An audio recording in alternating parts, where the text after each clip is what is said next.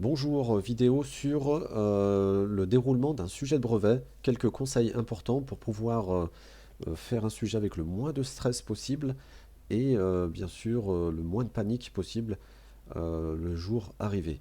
Alors ici j'ai choisi par exemple un sujet de Nouvelle-Calédonie puisque le brevet là-bas n'a pas lieu au même moment que pour nous ici en métropole. Ce qu'il faut savoir c'est qu'un sujet de brevet ça dure 2 heures et que c'est noté sur 100 points. Alors, le premier conseil que je vous donnerais, c'est, pour commencer tranquillement, on compte le nombre de pages du sujet.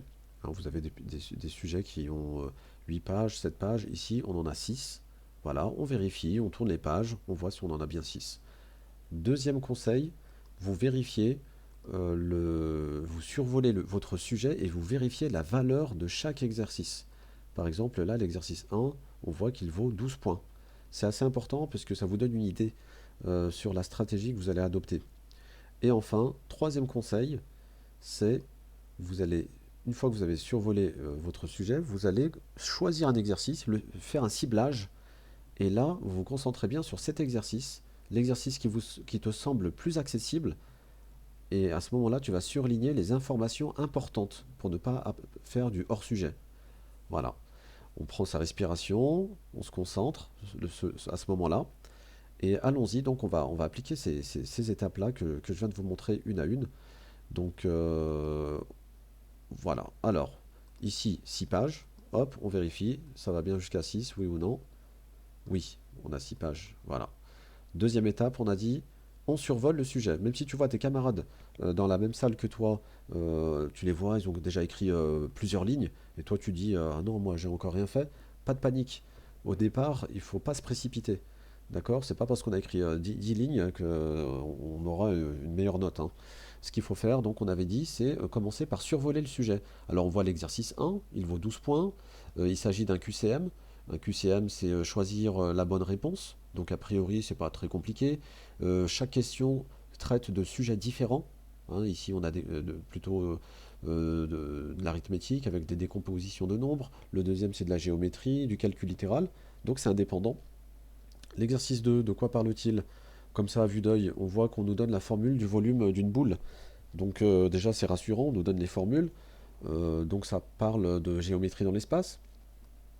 L'exercice 3, quand on observe, ça parle de fonctions. Voilà. Et là, regardez, on nous parle d'une annexe. L'annexe 1. Qu'est-ce que c'est qu'une annexe? Ce sont des documents qui sont à la fin du sujet et qu'il va falloir détacher le plus souvent, puisqu'on écrit des réponses directement dessus. On les détache pour les rendre avec le sujet. Donc il ne faut surtout pas les oublier, ces annexes-là, hein.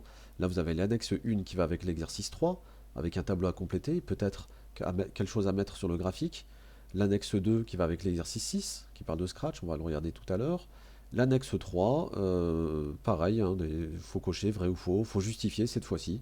Donc voilà, ces annexes-là, donc les laisser propres, ne pas s'en servir comme brouillon, ne pas dessiner dessus.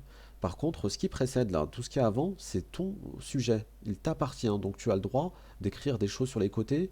Et moi, je vous conseille encore une fois fortement de surligner ce qui te semble important. Donc on en était à l'exercice 3, qui parle de fonction.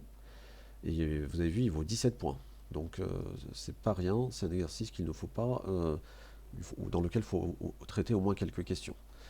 L'exercice 4, je vois que ça parle de kilomètres par heure, donc c'est plutôt de la proportionnalité, il vaut 11 points. L'exercice 5, ici, on voit plein de nombres dans un tableau, donc c'est plutôt des statistiques, il y a sûrement une moyenne à calculer. Voilà, donc calculer le nombre moyen de médailles, oui, c'est bien ça. L'exercice 6, ça parle de Scratch. Alors Scratch, il ne faut pas être pareil impressionné, surtout que là on a un algorithme, un script qui est assez long. Scratch, il faut s'entraîner chez vous, vous allez sur internet, vous allez sur Scratch en ligne, même pas la peine de le télécharger. Vous recopiez bêtement des algorithmes, vous les exécutez pour voir ce que ça donne, et c'est là que vous allez vous habituer aux différents blocs avec les différentes couleurs, hein. Ce qui est vert, c'est le stylo, ce qui est bleu foncé, ce sont les mouvements, etc. Donc ça, c'est vraiment de l'habitude, puisqu'on va souvent vous demander d'anticiper sur que va faire l'ordinateur, qu'est-ce qu'il va exécuter comme programme. Donc si tu n'as pas eu l'habitude d'utiliser Scratch, ça va être un peu compliqué. Cet exercice, en plus, il vaut 10 points, donc c'est dommage de passer à côté. Voilà, ici vous avez 6 exercices en tout. Parfois, ça va jusqu'à 7-8 exercices. Voilà, ici, ah pardon, il y a 7 exercices ici. Là, ils ont été gentils, ils ont donné la formule de l'aire d'un triangle, parce qu'on est quand même censé le connaître par cœur, cette formule-là, hein, base fois hauteur divisé par 2. Et ça s'arrête bien là, oui. Donc 7-8 exercices en général dans un sujet de brevet. Alors, une fois qu'on a survolé, tu commences par l'exercice qui te semble le plus accessible pour toi, là où tu es, le plus à l'aise. Par exemple, imagine que tu dis, ben, moi je vais commencer par l'exercice 1, il vaut 12 points, il y a 3 questions, donc c'est 4 points par question, il y a moyen d'avoir au moins 8 points. Par exemple, regardez la question 1, on te dit la décomposition de 1600 est, et là on te propose 3 réponses. Et ben là tu te rappelles que par exemple, pour l'arithmétique, on peut utiliser la calculatrice. Hein, regarde, hop, je fais apparaître la calculatrice ici. 1600, alors 1600, on peut le décomposer sur la calculatrice. Regardez, décomp en blanc ici. Je fais seconde, comme c'est écrit en blanc, il faut faire seconde. Décomposition égale, hop, et comme par magie, j'ai la réponse qui apparaît, 2 exposant 6 fois 5 au carré. Donc ça y est, je vais pouvoir répondre dans mon sujet. Ça sera la réponse C. Alors faites attention, encore une fois, lisez bien le sujet, regardez, pour chaque question, une seule des 3 réponses proposées est exacte. Donc ça c'est super important, je vous conseille de le surligner. Sur la copie, qu'est-ce que je dois écrire? Le numéro de la question et la réponse choisie. Donc on écrit question 1, on recopie la réponse choisie, et après, on ne demande pas de justifier. Ils vous l'ont mis en gras, mais vous aussi, il faut bien le mettre en couleur parce que certains, malheureusement, vont passer à côté de cette information et vont se casser la tête à justifier avec des calculs, avec des lignes et des phrases, alors que ce n'était pas demandé. Et là, le temps tourne. Donc faites bien attention. Après, ils vous disent qu'aucun point ne sera enlevé en cas de mauvaise réponse. Ça, c'est pas la peine de le surligner. C'était juste pour vous dire que si tu te trompes, tu n'auras pas de points en moins, ce qui n'est pas le cas dans d'autres concours. Voilà.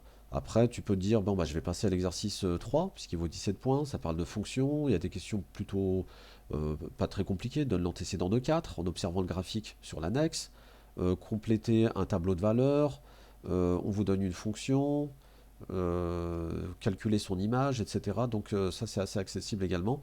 Et regardez bien, c'est vrai qu'il y a beaucoup de questions, c'est pour ça que ça vaut 17 points, mais ce n'est pas parce que tu n'as pas réussi à faire les questions 1 et 2 par exemple, qu'il faut laisser tomber l'exercice. Regarde, si je passe directement à l'exercice 4, à la question 4, on vous donne g de x égale à moins 2x plus 8. Résoudre l'équation 2x égale à moins 2x plus 8. On peut très bien la faire cette équation-là sans avoir fait les questions précédentes. Donc très important ça, ce n'est pas parce qu'on n'a pas réussi deux questions dans un exercice qu'on laisse tomber. On peut faire la troisième, la quatrième, la dernière question. Voilà. Donc ça c'est assez classique au brevet. Parfois même on vous donne une réponse au début. On vous dit il faut trouver tel nom, telle valeur, vérifier. Et ça c'est pour pas te bloquer pour les questions qui suivent. Voilà. Donc là, pour Scratch, de l'entraînement, comme je vous le disais, anticipé. Voilà pour ces conseils. Donc pour récapituler un petit peu ce qu'on vient de dire, les conseils que je vous donne, c'est 1. Compter le nombre de pages. 2. Vérifier la valeur de chaque exercice, survoler le sujet. Et enfin, de commencer par l'exercice que tu préfères, là où tu es le plus à l'aise. Tu mets bien les informations importantes en couleur et à ce moment-là, tu vas pouvoir te mettre en confiance.